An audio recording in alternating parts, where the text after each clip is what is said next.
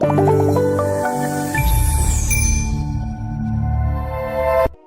تعالیٰ نے قرآن مجید کی سورہ کہف میں ارشاد فرمایا، اور جب موسیٰ علیہ السلام نے اپنے ساتھی سے کہا کہ جب تک میں دو دریاؤں کے ملنے کی جگہ نہ پہنچ جاؤں ہٹنے کا خواہاں نہیں ہوں، خواہ برسوں چلتا رہوں۔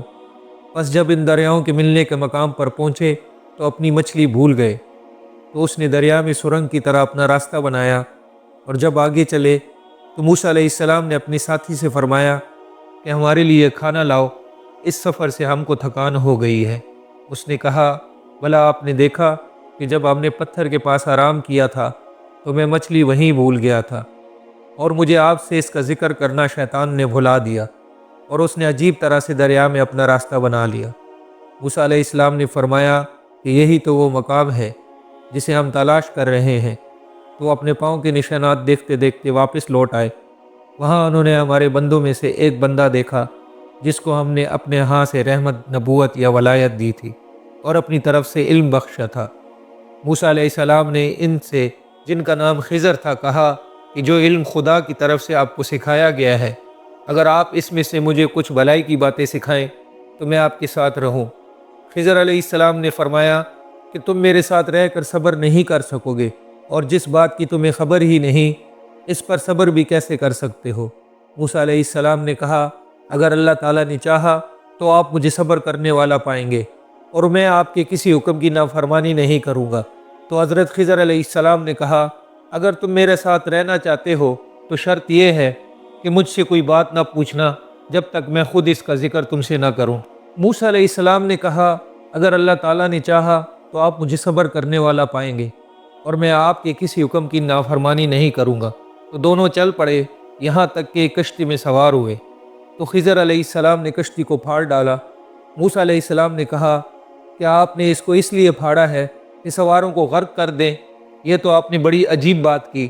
خضر علیہ السلام نے کہا، کیا میں نے تمہیں کہا تھا کہ تم میرے ساتھ صبر نہ کر سکو گے؟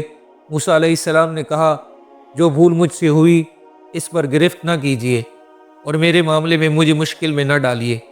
پھر دونوں چل پڑے یہاں تک کہ راستے میں ایک لڑکا ملا، تو خضر علیہ السلام نے اسے مار ڈالا۔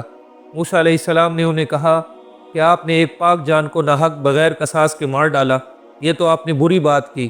خضر علیہ السلام نے کہا کہ کیا میں نے تمہیں کہا نہیں تھا کہ تم میرے ساتھ صبر نہیں کر سکو گے؟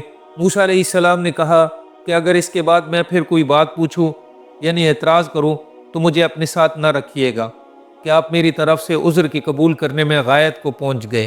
پھر دونوں چل پڑے یہاں تک کہ ایک گاؤں والوں کے پاس پہنچے اور ان سے کھانا طلب کیا۔ انہوں نے ان کی ضیافت کرنے سے انکار کر دیا۔ پھر وہاں خضر علیہ السلام نے ایک دیوار دیکھی جو گرنے والی تھی۔ خضر علیہ السلام نے اس کو سیدھا کر دیا۔ موسیٰ علیہ السلام نے کہا، اگر آپ چاہتے تو ان سے اس کا معاوضہ طلب کرتے تاکہ کھانے کا کام چلتا۔ خضر علیہ السلام نے کہا، اب مجھ میں اور تجھ میں علیحدگی، مگر جن باتوں پر تم صبر نہ کر سکے میں ان کا تمہیں بھید بتائے دیتا ہوں کہ وہ جو کشتی تھی غریب لوگوں کی تھی، اور دریا میں محنت کر کے یعنی کشتیاں چلا کر گزارا کرتے تھے، اور ان کے سامنے کی طرف ایک بادشاہ تھا جو ہر ایک اچھی کشتی کو زبردستی چھین لیتا تھا۔ تو میں نے چاہا کہ اسے عیبدار کروں تاکہ وہ اسے غصب نہ کر سکے، اور وہ جو لڑکا تھا اس کے ماں باپ دونوں مومن تھے۔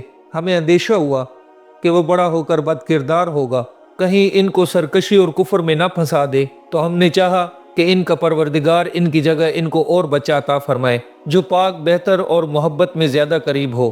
اور وہ جو دیوار تھی سو وہ یتیم لڑکوں کی تھی جو شہر میں رہتے تھے، اور ان کے نیچے ان کا خزانہ مدفون تھا، اور ان کا باپ ایک نیک آدمی تھا۔ تو تمہارے پروردگار نے چاہا کہ وہ اپنی جوانی کو پہنچ جائیں اور پھر اپنا خزانہ نکال لیں۔ یہ تمہارے پروردگار کی مہربانی ہے، اور یہ کام میں نے اپنی طرف سے نہیں کیے۔ یہ ان باتوں کی حقیقت ہے جن پر تم صبر نہ کر سکے۔